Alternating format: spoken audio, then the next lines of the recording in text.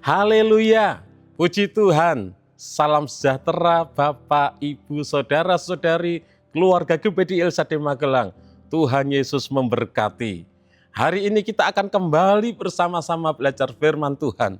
Pembacaan kita ada di dalam kitab Bilangan pasal yang ke-17. Saya akan membacakan Bilangan pasal 17 ayat yang ke-5. Demikian bunyi firman Tuhan. Dan orang yang kupilih, tongkat orang itulah akan bertunas. Demikianlah aku hendak meredakan sungut-sungut yang diucapkan mereka kepadamu, sehingga tidak usah ku dengar lagi. Renungan firman Tuhan hari ini saya beri tema pilihan Tuhan. Pilihan Tuhan. Kalau kita mengobservasi kitab Bilangan, ini ditulis oleh Musa dan tentunya ditujukan kepada umat Tuhan, yaitu bangsa Israel pada waktu itu. Dan perikop ini muncul dalam konteks pemberontakan Korah di dalam pasal sebelumnya, yaitu Bilangan pasal 16. Ketika ada sekelompok orang menentang otoritas Musa, menentang otoritas Harun sebagai pemimpin yang dipilih Tuhan, menentang otoritas Musa dan Harun sebagai pilihan Tuhan. Mereka tidak puas, mereka merasa bisa memimpin seperti Musa, bisa memimpin seperti Harun. Mereka merasa bahwa mereka bisa melayani di hadapan Allah.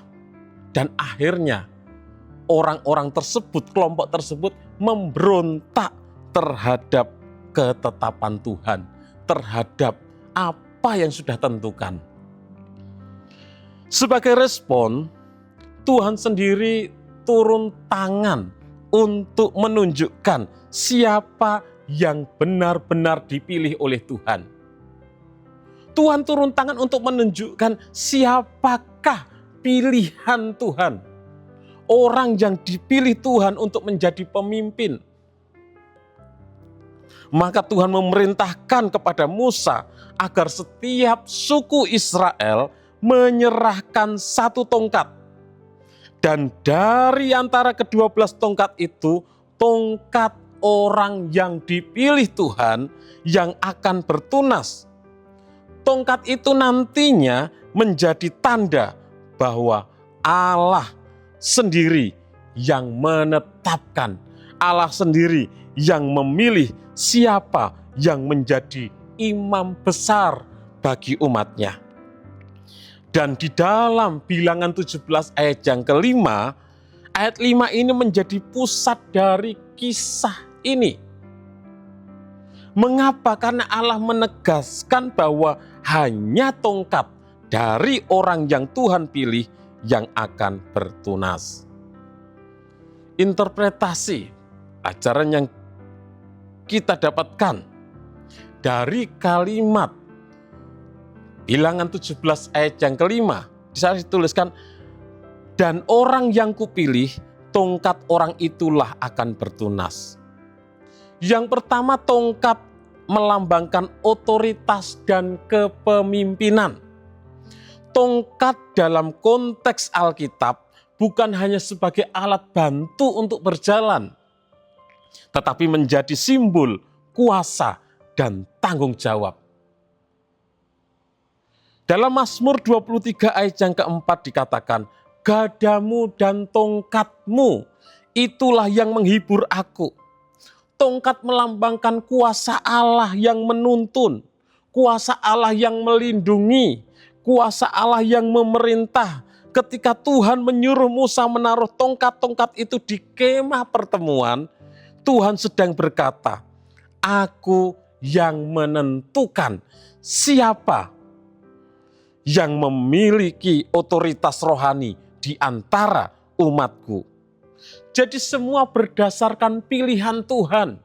Semua berdasarkan keputusan dan ketetapan Tuhan. Siapa yang dipilih Tuhan untuk memimpin umat Tuhan, bangsa Israel. Yang kedua, dikatakan bahwa akan bertunas. Tongkat itu akan bertunas. Tanda kehidupan dari sesuatu yang mati. Tongkat yang awalnya kayu kering, tanpa akar, tidak ada kehidupan, tetapi tiba-tiba bertunas, berbunga, bahkan berbuah badam. Dalam Bilangan 17 ayat yang ke-8, ayat 8 dituliskan, ketika Musa keesokan harinya masuk ke dalam kemah hukum itu, maka tampaklah tongkat Harun dari keturunan Lewi telah bertunas, mengembangkan bunga dan membuahkan bunga badam. Ini adalah mujizat kehidupan dari Tuhan. Tanda bahwa otoritas sejati datangnya dari sumber kehidupan, yaitu dari Allah sendiri. Yang selanjutnya dikatakan, aku akan menghentikan sungut-sungut. Sungut-sungut akan berhenti. Hasil ketaatan terhadap otoritas Allah. Sungut-sungut bangsa Israel menunjukkan pemberontakan mereka terhadap kehendak Tuhan. Tetapi Tuhan tidak ingin umatnya terus hidup di dalam pertentangan. Tuhan ingin mereka melihat dan mengakui bahwa pimpinan yang benar datang dari Tuhan. Pemimpin yang benar itu berdasarkan pilihan Tuhan. Ketika tongkat Harun bertunas, umat Tuhan melihat bahwa melawan otoritas yang Allah tetapkan sama saja dengan melawan Allah sendiri. Dengan tongkat Harun itu bertunas, maka menunjukkan kepada bangsa Israel, kepada umat Tuhan, bahwa pilihan Tuhan adalah Harun untuk menjadi imam besar, memimpin bangsa Israel bersama-sama dengan Musa. Aplikasi bagi kita, Bapak, Ibu, Saudara yang kasih oleh Tuhan. Yang pertama, bahwa Tuhan sendiri yang menetapkan otoritas rohani di dalam gereja, dalam pelayanan, bahkan dalam keluarga. Sering muncul konflik tentang siapa yang lebih layak untuk memimpin, siapa yang layak menjadi pemimpin. Namun kisah ini menegaskan bahwa yang dipilih Tuhan akan bertunas pada waktunya. Kita tidak perlu membuktikan diri lewat ambisi atau lewat perebutan posisi. Tuhan sendiri yang menumbuhkan buah pelayanan kita. Roma 13 ayat 1, di sana dituliskan bahwa tidak ada pemerintah yang tidak berasal dari Allah. Dan pemerintah-pemerintah yang ada ditetapkan oleh Allah. Aplikasi bagi kita, jika Tuhan memanggil kita untuk memimpin, maka Tuhan akan memberikan tanda-tanda kehidupan, pertumbuhan, dan buah yang nyata. Kita tidak perlu meniru orang lain, cukup setia di tempat yang Tuhan percayakan. Tuhan yang akan mengerjakan. Yang kedua, kehidupan rohani yang sejati berasal dari Tuhan, bukan usaha manusia. Tongkat itu kering, tidak mungkin bisa bertunas secara alami. Namun kuasa Tuhan mengubah benda yang mati menjadi hidup. Ini gambaran luar biasa tentang anugerah Tuhan dalam kehidupan kita. Efesus 2 ayat 1 di sana dituliskan, kamu dahulu sudah mati karena pelanggaran-pelanggaran dan dosa-dosamu. Namun Tuhan sanggup membuat yang mati rohani menjadi hidup kembali. Tongkat Harun yang bertunas adalah lambang kebangkitan dan pembaruan.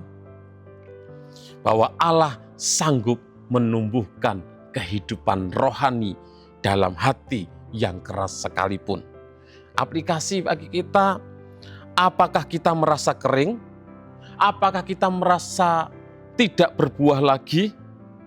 Apakah kita merasa mati secara rohani? datanglah kepada Tuhan.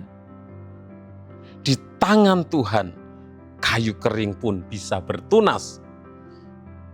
Pelayanan, pernikahan, atau gereja yang kelihatan mati bisa hidup kembali bila Tuhan yang bekerja. Yang selanjutnya, tanda bertunas menegaskan pentingnya buah rohani. Buah adalah bukti kehidupan. Tongkat yang bertunas menunjukkan bukan hanya otoritas, tetapi juga karakter dari pemimpin sejati, yaitu hidup yang menghasilkan buah roh. Yohanes 15 ayat 5 dituliskan, "Akulah pokok anggur dan kamulah ranting-rantingnya." Selanjutnya, barang siapa tinggal di dalam aku dan aku di dalam dia, ia berbuah banyak. Aplikasi bagi kita, kepemimpinan sejati tidak diukur dari jabatan. Kepemimpinan sejati tidak diukur dari popularitas. Kepemimpinan sejati tidak diukur dari karisma, tetapi dari buah rohani, kasih, kesetiaan, kerendahan hati, dan ketaatan kepada Tuhan. Jadi Bapak Ibu Saudara yang dikasihi oleh Tuhan, pilihan Tuhan itu yang terjadi atas Harun. Tuhan yang menetapkan Harun menjadi pemimpin, menjadi imam besar di tengah-tengah umat Tuhan, bangsa Israel. Di dalam gereja kita, ibu gembala itu yang sudah Tuhan pilih, yang sudah Tuhan tetapkan untuk menjadi pemimpin di gereja kita. Mari kita taat kepada otoritas yang Tuhan sudah percayakan, Tuhan sudah berikan kepada beliau. Hidup dalam ketaatan, tunduk kepada otoritas yang sudah Tuhan berikan. Maka Tuhan akan memberkati kehidupan kita, umat Tuhan. Terima kasih kepada Bapak Ibu Saudara yang sudah dengan setia mengikuti Renungan 79, kiranya menjadi berkat bagi kita semuanya. Bagi Bapak, Ibu, Saudara yang ingin didoakan dengan pokok doa tertentu atau ingin menyampaikan kesaksian, dapat menyalurkan melalui chat WhatsApp di nomor 0813 2742 0088. Mari kita berdoa. Terima kasih Tuhan buat kebaikan-Mu. Engkau yang sudah menetapkan setiap pemimpin-pemimpin yang ada di atas kami Tuhan. Itu semua adalah pilihan-Mu. Ajar kepada kami sebagai umat-umat-Mu untuk tunduk dan taat kepada otoritas yang sudah Engkau tetapkan Tuhan. Baik pemimpin kami di gereja, pemimpin kami di keluarga, pemimpin kami di tempat kerja, pemimpin kami di pemerintahan. Ajar kepada kami menjadi umat-umat-Mu yang taat dan tunduk kepada otoritas. Karena setiap pemimpin adalah wakil Engkau. Engkau yang sudah memilih mereka, Engkau yang sudah menetapkan mereka untuk menjadi pemimpin bagi kami. Terima kasih Tuhan Yesus, Tuhan memberkati seluruh umat-umat-Mu dimanapun mereka berada. Ya Tuhan, tolonglah agar firman itu selalu dekat kepada kami keluarga GBD Ilsa di Magelang, yakni di dalam mulut dan di dalam hati kami. Dalam nama Tuhan Yesus Kristus kami berdoa bersyukur. Haleluya. Amin.